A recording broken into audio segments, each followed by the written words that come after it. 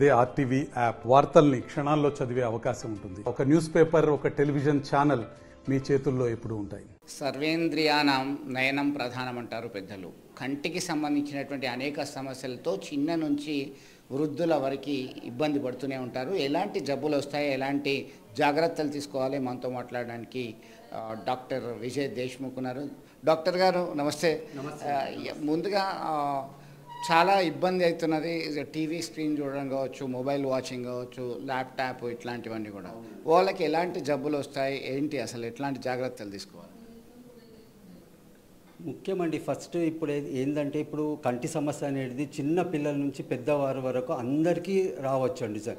కానీ చాలామంది దీన్ని నెగ్లెక్ట్ చేస్తుంటారు. కంటి సమస్య ఏదైనా చిన్నదైనా పెద్దదైనా ఎక్కువ పట్టించుకుంటారు. అది కళ్ళు అనేది మన బాడీలో అదొక ముఖ్యమైన పార్ట్ అని తెలుసుకుంటలేరు వాళ్ళు. అది ఏదో చిన్న సమస్య అని వదిలేస్తున్నారు. దాంతో కంటిపోయే ప్రమాదం చాలామందికి వస్తుందండి.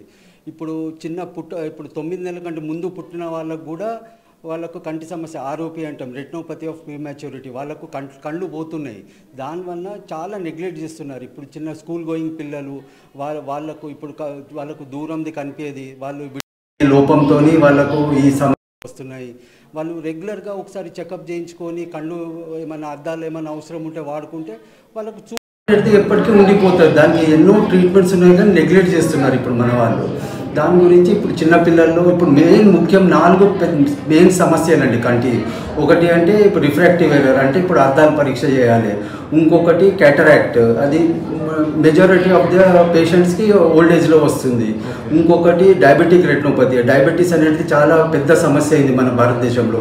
చాలామందికి ఒక 10 సంవత్సరాల షుగర్ ఉన్న వాళ్ళకు రెటినోపతి అంటే కన్ను మద్దగించి వాళ్ళకు కళ్ళు పోయే ప్రమాదం కూడా వస్తుంది, అది జల్దీ ట్రీట్మెంట్ తీసుకోకపోతే. ఇంకొకటి లాస్ట్ ఒకటి గ్లోకోమా సమస్య. గ్లోకోమా అనేది స్లోగా రిగ్రెస్ అయ్యి కంటి చూపు పోతుందండి.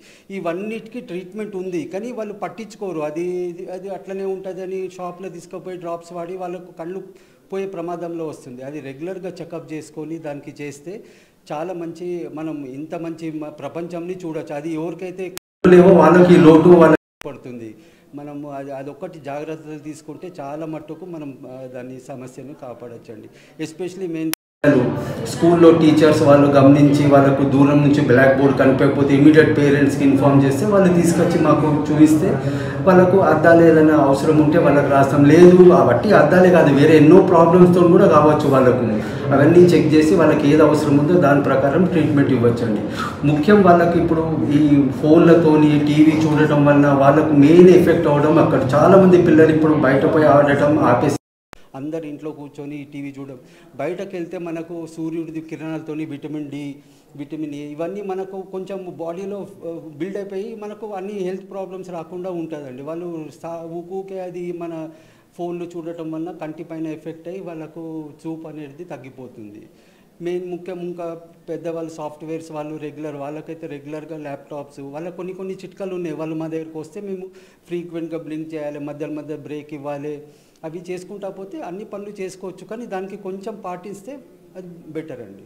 అంటే ముఖ్యంగా మీరు చెప్పినప్పుడు డయాబెటిక్ పేషెంట్స్ వారికి కళ్ళు పోయేదానికి కూడా తెలియదు ఒకటి. రెండవది ఏంటంటే హైపర్ టెన్షన్, బీపీ ఫ్లక్చువేషన్తో కూడా కొంతమందికి మీది క్లాట్ అయిపోయింది, టోటల్గా కొలాప్స్ అని అంటున్నారు. అట్లాంటి వాళ్ళకి కూడా ఈ మధ్యకాలంలో ఇంజెక్షన్స్ ఇస్తున్నట్టుగా తెలిసింది. ఆ ఇంజెక్షన్ ద్వారా నయమవుతుందా? డయాబెటిక్ వాళ్ళు వాళ్ళ కంటి చూపుకు సంబంధించి ఎలాంటి జాగ్రత్తలు తీసుకోవాలి? ఇది అవుతుందండి ఇంజెక్షన్ డెఫినెట్లీ ఉంటుంది. కానీ అది ఫస్ట్ స్టేజ్లో వస్తే దానికి మనం ఇంజెక్షన్ ఇస్తే దానికి చాలా మంచి ఇంప్రూవ్మెంట్ ఉంటుంది. అట్లీస్ట్ ఉన్న చూపునన్నా మనం ఫ్యూచర్లో కాపాడుకుంటూ పోవచ్చు. ఏదైతే పోయిందో దానికి ఏం చేయలేము. అట్లీస్ట్ ఫర్దర్ ఇంకా తగ్గకుండా మనం దాన్ని ఆపచ్చు ఇంజెక్షన్స్ ద్వారా. షుగర్ అయినా, బీపీ అయినా, హైపర్ టెన్షన్ అయినా, దీంతో మనం ఫస్ట్ దానికి మీరు ఇమీడియట్ మీకు కొంచెం చూపు తగ్గిందంటే ఇమీడియట్ డాక్టర్ని వచ్చి కలిస్తే అవన్నీ కొన్ని టెస్టులు ఉంటాయి, అవి చేసేసిన తర్వాత అవసరం ఉంటే ఇంజెక్షన్స్ కాపాడవచ్చు. మనం కళ్ళను ఫ్యూచర్లో కాపాడవచ్చు, ఏం ప్రాబ్లం. తరచూ వాళ్ళు చెక్ చేసుకోవాలా? డయాబెటిక్ పేషెంట్స్ కానీ చిన్నపిల్లల నుంచి పెద్దవాళ్ళు కానీ తరచూ ఫ్రీక్వెంట్గా ఒకసారి 1 ఇయర్కి అట్లా చేసుకుంటే బాగుంటుంది అంటారా మీ సజెషన్? చేయించుకుంటే బాగుంటుంది. అట్లీస్ట్ 5 years తర్వాత ఇయర్లీ వన్స్ ఒకసారి కంపల్సరీ చెకప్ చేయించుకుంటే బెటర్ అండి. ఎస్పెషల్లీ 40 పైన ఉన్న వాళ్ళు కంపల్సరీ వాళ్ళు రెగ్యులర్ ఇయర్లీ ఒక చెకప్, ఏం ప్రాబ్లం లేకుండా ఒకసారి కంటి చూపు చేస్తే ఏదైనా మైనర్ చిన్న ఇష్యూ ఉంటే మనం అప్పుడే దాన్ని మనం కరెక్ట్ చేసుకుంటే ట్రీట్మెంట్ తీసుకుంటే చూపు పోకుండా మనం కాపాడచ్చు. ఏజ్ రిలేటెడ్ మొత్తం మీద ప్రతి అంశానికి ఒక ట్రీట్మెంట్ అనేది ఉంటుంది. Prevention is the better than cure. తమ కంటి చూపు ఎలా ఉంది, ఎలాంటి ఇబ్బందులు వస్తున్నాయని తరచూ వాళ్ళని వాళ్ళు గమనించుకోవాలి.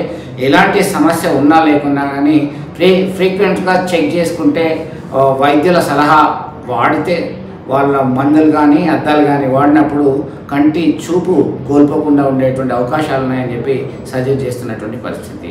వీడియోని సుమంత్తో కలిసి చంద్రశేఖర్, RTV, కరీంనగర్. మరిన్ని వీడియోస్ కోసం ఛానల్ ని సబ్స్క్రైబ్ చేయండి. లేటెస్ట్ అప్డేట్స్ కోసం వాట్సాప్ ఛానల్ ని ఫాలో చేయండి. అండ్ లింక్ డిస్క్రిప్షన్ లో ఉంది.